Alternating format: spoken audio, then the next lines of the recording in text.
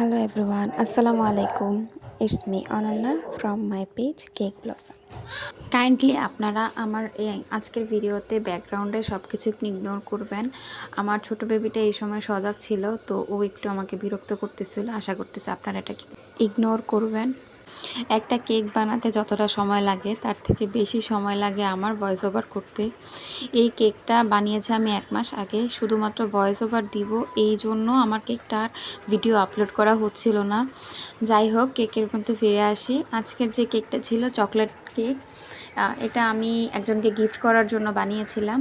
তো যেহেতু এটা গিফটের একটা কেক ছিল, তো আমি আমার সবটা দিয়ে কেকটাকে তৈরি করার চেষ্টা করেছি। আমার কাছে মনে হয় চকলেট কেকগুলোতে যত বেশি গানাশ ব্যবহার করা হয় তত মজা লাগে।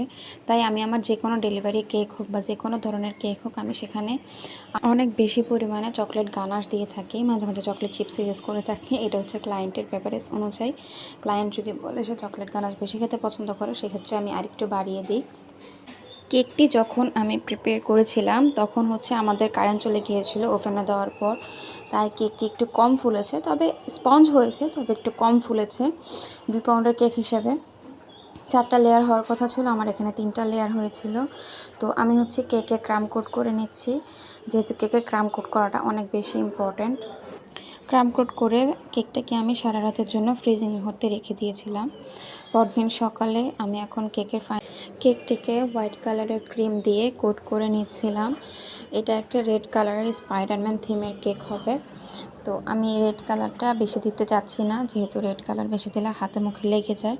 তাই প্রথমে হোয়াইট কালার দিয়ে পুরো কেকটাকে কভার করে দেন উপরে অল্প একটু করে রেড কালার অ্যাড করব। আজকে আমি আগেই বলেছিলাম আমাদের বাসায় কারেন্টের একটু ইস্যু চলছিল, তখন এই জন্য হচ্ছে আমার কেকের ক্রিমটা একটু মেল্ট হয়ে যাচ্ছিল, একটু বাবলসি হয়ে গিয়েছিল।